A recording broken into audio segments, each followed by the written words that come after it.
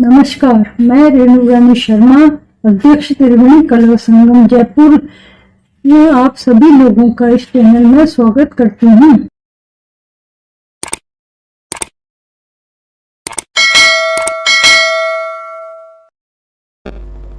नमस्कार साथियों, आप लोगों से मिल करके फिर आनंद की अनुभूति हो रही है।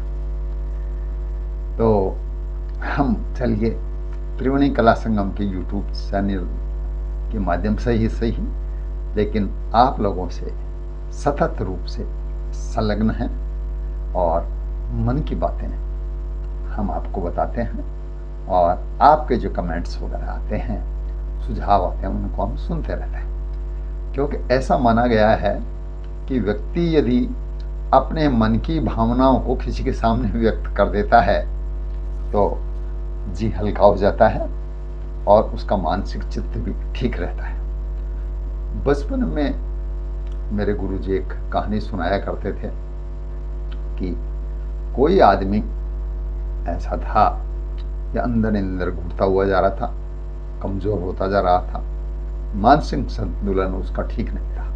तो उसके मित्रों ने पूछा, नहीं बताया उसने। तो आखिर में जाकर के कोई जो उसके नजदीक था उसने पूछ लिया कि भाई क्या बात है, कि कोई ऐसी बात है मेरे मन में जो मैं किसी को बता नहीं सकता, और बताता हूं तो मेरी जान खतरे पे। तो कि इसी उधेड़ बुन में मैं अंदर ही अंदर घुटता रहता हूं और दुबला होता रहता हूं। तो उसने, उसका शुभचिंतक था, उसने राय दी कि भाई बता नहीं सकते तो कोई बात नहीं यार, किसी पेड़ को ही जा करके कह दो, जी हल्का हो जाएगा, तुम्हारा भी काम हो जाएगा और खतरा भी नहीं रहेगा। तो उसने ऐसा ही किया। उसने एक पेड़ को जाकर के अपनी उनकी बात कह दी, और बात यह थी कि वो नाई था, तो राजा की हजामत बनाने जाता था। तो उसने देख लिया कि राजा के सिर में सींग था। तो ये बात वो बताया कि भाई देखो, मैंने देखा है, किसी को बताना मत, लेकिन हमारे राजा हैं, उनके सिर में तो सींग है। तो जाकर के ऐसा होता है, कभी वो पेड़ कटते हैं और उनके जाके तबले, ढोलक, हारमोनियम बनते हैं, साजबाज। तो जाकर के राज दरबार के अंदर पहला प्रदर्शन होता है उनका। तो वो जैसे वायलिन है, वो खींच के जब वायलिन की उसको खींचता है ना, तो वो निकाल दिया। फिर हारमोनियम ने राजा के सिर में सींग, अब तबला बोलता है, कौन कहता था, कौन कहता था, पिद्या नाई, पिद्या नाई, पिद्या नाई। तो साथियों, ये कोई मामूली सी उक्ति नहीं है, मामूली सी कथा नहीं है, ये जीवन का निचोड़ है इसमें, और ये सत्यता भी है। बहुत सारी बीमारियों का इलाज तो ऐसे ही हो सकता है, लेकिन होगा तब ना जब हम अपने पुरखों की बातों को मानेंगे, उनको देखेंगे, सुनेंगे और समझेंगे। मुझे ये बताते हुए खुशी है कि ऐसी रोचकता से यदि बात बताई जाती है तो आज की पीढ़ी उसको बहुत लाइक कर लिया। तो आज की इस पोस्ट में एक मैं ज्वलंत उदाहरण दे रहा हूं आपको, कोविड-19 का। एक ऐसी महामारी जो विश्वव्यापी थी और हजारों जान उसने छीन ली, और प्रारंभिक तौर पर उसका कोई दवा भी नहीं बनी थी ताकि उसका इलाज किया जा सके। तो कभी कभी क्या होता है कि हमारे दुश्मन होते हैं, लेकिन किसी संकट के समय वो मित्र हो जाते हैं।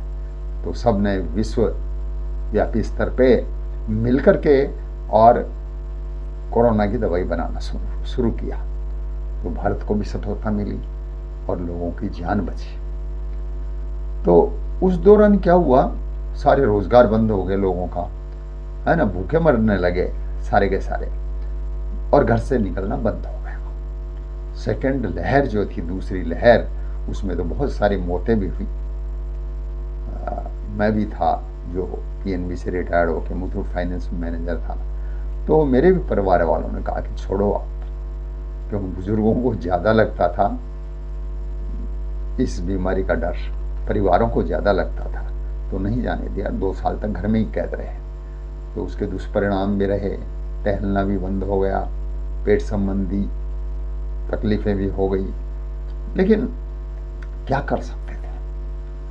तो उसमें क्या हुआ, उस दौरान एक फायदा हुआ पूरे संसार को कि जो ऑनलाइन सीखने सिखाने का सिलसिला था वो प्रकट हुआ।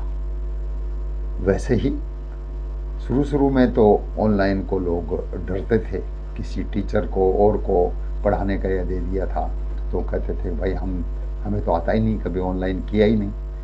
तो मैं भुक्तभोगी हूँ इसका। मैं जब पंजाब नेशनल बैंक में था तो कंप्यूटर का युग आया। उससे पहले कंप्यूटर नहीं, हाथ से सारा काम होता था। तो हमारे साथ के बहुत से लोग डर गए, हमारे से भी ज़्यादा उम्र के थे, कि हमें तो कंप्यूटर आता ही नहीं है, हम तो मारे जाएंगे। और उन्होंने, बहुत सारे लोगों ने नौकरी छोड़ दी। लेकिन मैं और मेरे आशावादी साथी वो डटे रहे और हमने कंप्यूटर पे काम करना सीखा। और पंजाब नेशनल बैंक एक ऐसा बैंक था जिसने बैंकिंग क्षेत्र में सबसे पहले कंप्यूटरीकरण किया, और वहाँ के जो बड़ी बड़ी उम्र के जो कर्मचारी अधिकारी थे उन्होंने जा कर के सीख लिया बहुत जल्दी। तो यही बात आई कोविड-19 में। हम त्रिवेणी कला संगम में जयपुर की जो परिसर है वहाँ पे ऑनलाइन संगीत, नृत्य और नाटक वगैरह सिखाया करते थे और बहुत सारे बच्चे आते थे। हजारों बच्चों ने फायदा उठाया। लेकिन कोविड में तो सारा ही बंद हो गया, कलाकार लोग भूखे मरने लगे। तो ऐसी स्थिति में उभर करके आया एक विकल्प कि ऑनलाइन सीखने सिखाने का।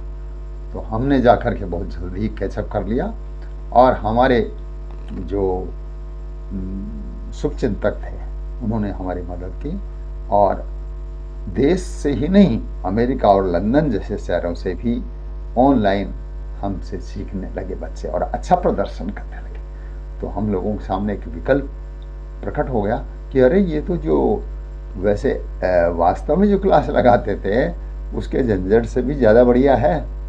यहाँ बच्चे अच्छी तरह सीख रहे हैं और उसका प्रस्तुतिकरण में भी हमने कराया। और ये त्रिवेणी कला संगम का यूट्यूब चैनल है, उसी की देन है। उन्हीं की आवश्यकताओं की पूर्ति के लिए हमने इस चैनल की स्थापना की, जो लगातार आप लोगों के सहयोग से और प्रेरणाओं से, आपकी शुभेच्छाओं से ये चैनल बहुत अच्छा चल रहा है। तो आज की इस पोस्ट में मैं आपको बता रहा हूँ कि झाबुआ मध्य प्रदेश की निहाली चौहान है।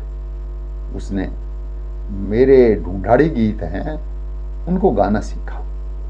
वो ना ढूंढाड़ी समझ सकती है और ना गा सकती है, लेकिन उसकी जो रुचि ऐसी थी, नई चीज़ को सीखने की ललक थी उसमें, तो उसने खूब अच्छी तरह से सीखा और प्रस्तुतिकरण किया।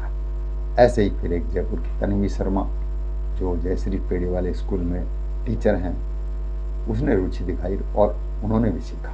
तो एक गीत आज मैं आपको मेरा ही लिखा हुआ बता रहा हूँ, जिसका नाम है मोरिंडा। मोरिंडा क्या होता है कि जब कुआं खुदाई होती है तो उसके अंदर पानी के लगभग नजदीक पहुंचने की स्थिति को स्पष्ट करने वाली एक प्रक्रिया है जो मोरिंडा पत्थर होता है। बहुत ही सख्त पत्थर होता है। तो इसका मतलब यह है कि पानी कहीं नजदीकी है और लोग दाल बाटी चूरमा बनाने की तैयारी करते हैं कि पानी आया तो भगवान के भोग चढ़ाएंगे और खाएंगे। बच्चे उछलते हैं, कूदते हैं, गाँव में खुशियाँ मनाई जाती है। और जब पानी हो जाता है तो दाल बाटी चूरमे की दावत दी जाती है पूरे गांव को। और पटेल जिसके खेत में ये कुआं खुद रहा था बड़ा खुश होता है और उसकी पत्नी पटेलन और पटेल पूरे गांव को खुद जिमाते हैं, भोजन कराते हैं पंगत में बैठा करके और भगवान के भोग चढ़ाते हैं। तो साथियों, इस गीत को गा करके इन दोनों बच्चियों ने बहुत बड़ा काम किया है और तब से तो हमारे सामने एक विकल्प खुल गया कि ऑनलाइन सीखो। और बच्चे अपना भी काम करते हैं, किसी न किसी शहर में बैठ के, किसी दूसरे देश में बैठ करके उनको मजा आता है। तो लंदन के गुई होलवे जैसे मूल जो विदेशी हैं उन्होंने रुचि दिखाई है और वो मेरे शिष्य हैं। बहुत पहले से 25 साल से बहुत कुछ सीखा है मेरे से। तो ये साथियों, आप लोगों का प्रेम है कि हम आगे बढ़ रहे हैं और आपसे निवेदन है कि आप भी हमारे गीतों को अपने बच्चों को सिखाएं, खुद सीखिए। रुनाड़ी बोली है जो लुप्त होती जा रही है और इतनी बढ़िया बढ़िया उसके अंदर जो है कहानियाँ हैं, किंवदंतियाँ हैं और प्रत्यक्ष में उदाहरण है कि जो नहीं बन सकती। ये हमारे जीवन का सार है, आगे बढ़ने का माध्यम है। आशा करते हैं कि आप हमारे इस चैनल को पसंद करेंगे और आगे बढ़ने की प्रेरणा देंगे। नमस्कार। नमस्कार, मेरा नाम निहाली चौहान है। मैं झाबुआ मध्य प्रदेश की रहने वाली हूँ। मैं बी म्यूजिक की विद्यार्थी हूँ और इन दिनों त्रिवेणी कला संगम जयपुर के डॉक्टर कैलाश चंद्र शर्मा जी से ऑनलाइन संगीत और नाटक सीख रही हूँ। यह चारों ओर कैसा शोर मचा है, कोरोना कोरोना कोरोना। आज कोरोना एक ऐसी महामारी बन गई है जिससे सब लोग भयभीत हैं। ऐसा लग रहा है मानो फूटे हुए कनस्तर को डंडे से पीट पीट कर और हाथों में जलती हुई मसाले लिए 50 लोग झुंड बनाकर किसी खूंखार सांड को अपने खेत में से भगाने की कोशिश कर रहे हैं। आप सोच रहे होंगे कि यह लड़की छोटे क्षेत्र की है, इसलिए ऐसी अजीब अजीब सी बातें कर रही है। कहाँ कोरोना और कहाँ फूटे हुए कनस्तर और सांड को खेत से भगाने के लिए जलती हुई मसालों की बातें कर रही है। शायद पगला गई है, परंतु सच मानिए यह सब कुछ सही है। जहाँ एक कोरोना के डर से ज्यादातर लोग अपने अपने भाग्य को कोसते हुए हाथ पर हाथ धरे बैठे हुए हैं, वहीं दूसरी ओर कुछ ऐसे लोग भी हैं जो अपने अतीत के झरोखे से अपनी पुरानी यादों को ताजा करते हुए साहित्य, संगीत, नाटक और अन्य कलाओं के माध्यम से आज की पीढ़ी को उनकी जन्मभूमि की पुरानी तस्वीर दिखा रहे हैं। इस संदर्भ में त्रिवेणी कला संगम जयपुर के संस्थापक, साहित्यकार, संगीतकार और नाटककार डॉक्टर कैलाश चंद्र शर्मा जी का मैं जिक्र करना चाहूंगी, जिन्होंने इस कोरोना जैसी महामारी के प्रकोप में भी अपनी उस आत्मकथा को पूरा करके प्रकाशित करवाया जिसे उन्होंने मार्च 2011 में महाराष्ट्र के धुलिया शहर में लिखना प्रारंभ किया था। इसी पुस्तक के एक सांड वाले दृष्टांत के प्रकरण को कैलाश जी ने अपनी आत्मकथा कुछ कुछ यादें के पृष्ठ 87 पर इस प्रकार लिखा है। हमारे गांव में एक खूंखार सांड था जिसे हम लोग आंकिल कहा करते थे। वह चरने के लिए दिन दहाड़े किसी के भी खेत की फसल को बेरहमी से रौंद दिया करता था। किसी भी व्यक्ति की इतनी हिम्मत नहीं होती कि वह चरते हुए उस आंकिल को अपने खेत में से भगा दे। गांव वाले केवल इतना ही कर पाते कि 40-50 लोगों का समूह बनाकर हाथों में जलती मशाले लेकर टूटे हुए कनस्तरों को पीटते हुए उसे ललकारते और आंकिल खेतों से बाहर हो जाता। एक दिन मेरे मन में विचार आया, इसे तो मैं अकेला ही भगा सकता हूँ। एक 4-5 फीट का डंडा लूं और दे दड़ादड़ मार भगाऊं उसे। मैंने अपने मन की यह बात किसी को नहीं बताई, क्योंकि शायद कोई भी व्यक्ति मुझे ऐसा न करने देता, ऐसा मुझे पूरा विश्वास था। एक दिन दोपहर के समय में वह सांड हमारे नारबनी के कुएं वाले खेत में घुसा हुआ था। मैंने अपने निश्चय को मूर्त रूप देने के लिए पहले से ही तैयार रखा बेर के मूल का एक डंडा उठाया और गोली की तरह सांड के पीछे पहुंचकर उसके पुट्ठों पर प्रहार करना प्रारंभ कर दिया। आज न लोगों के हाथों में जलती मशालें थी और न ही कनस्तरों की फटी हुई आवाजें। अतः निश्चिंत होकर चल रहा वह सांड मेरे इस आकस्मिक हमले से डर गया और बिना पीछे देखे भागने लगा। मैं भी उस पर अनवरत गति से प्रहार करते हुए उसके पीछे भागा चला जा रहा था। तो ये जो लोग डर के मारे शोर मचा रहे हैं, कोरोना कोरोना कोरोना, उन्हें डॉक्टर कैलाश चंद्र शर्मा जी से प्रेरणा लेनी चाहिए कि वे जयपुर में रहकर भी मध्य प्रदेश, राजस्थान, पंजाब, गुजरात, महाराष्ट्र आदि बहुत सी जगहों की अपनी शिष्याओं को साहित्य, संगीत, नाटक और उनके स्वयं के लिखे हुए डुंडाड़ी गीत सिखा रहे हैं, और वह भी उनको जो न डुंडाड़ी बोली समझ सकती है और न ही बोल सकती है। जी हाँ, पर यह सत्य है क्योंकि मैं स्वयं भी इस बात का जीता जागता प्रमाण हूँ। डॉक्टर कैलाश चंद्र शर्मा जी के इन कार्यों को अंतर्राष्ट्रीय स्तर पर मान्यता मिली है, जिसका ही परिणाम है कि 22 जुलाई 2020 को उन्हें दिल्ली के राष्ट्र सृजन संस्थान द्वारा कोरोना कर्मवीर की उपाधि से अलंकृत किया गया है। मैं उनके समस्त शिष्य शिष्याओं की ओर से उन्हें इस उपलब्धि के लिए बधाई देती हूँ, उनका हार्दिक अभिनंदन करती हूँ। हाँ, एक बार पुनः आपसे अनुरोध है कि मत मचाइए शोर कोरोना कोरोना कोरोना, बल्कि कुछ कर्म करे जिससे बचे हमारी कला और संस्कृति और भला हो आज की पीढ़ी का। धन्यवाद। मोरे मोरिंडो दिख पटेलन मोरिंडो, मोरिंडो रे मोरिंडो दिख पटेलन मोरिंडो, कुआं में से निकले मोरिंडो, मोरिंडो रे मोरिंडो दिख पटेलन मोरिंडो, कुआं में से निकले मोरिंडो, मोरिंडो रे मोरिंडो देखो रे सब मोरिंडो, मोरिंडो रे मोरिंडो देखो रे सब मोरिंडो, कुआं में से निकले मोरिंडो, मोरिंडो रे मोरिंडो देख पटेलन मोरिंडो, कुआं में से निकले मोरिंडो,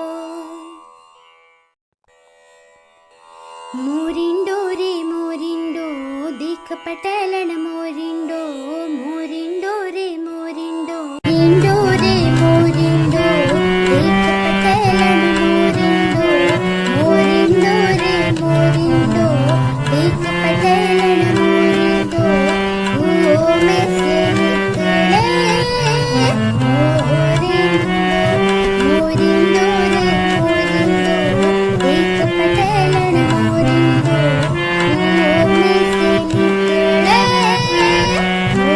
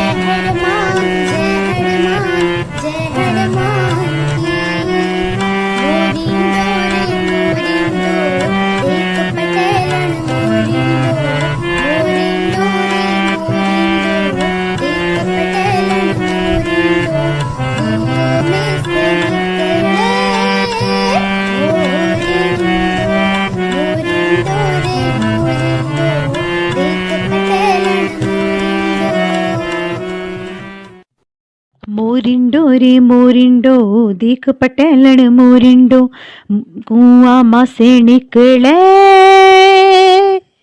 मोरिंडो मोरिंडो हाजी मोरिंडो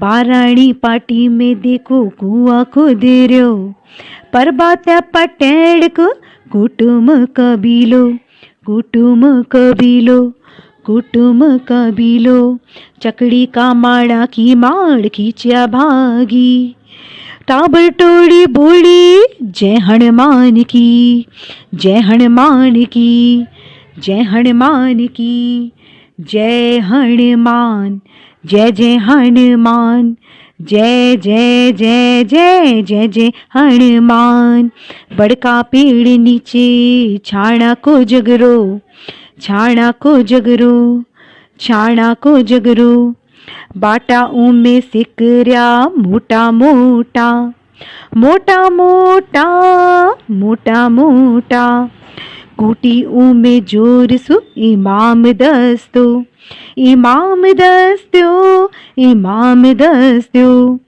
अइया के रुक्यो रे चूर मुकुट्यो देखो जी खैरियो इमाम दस्तो गोलडी आई जद खाना मायने धाड़ा मायने झोप हुआ हाथ में लेर देखी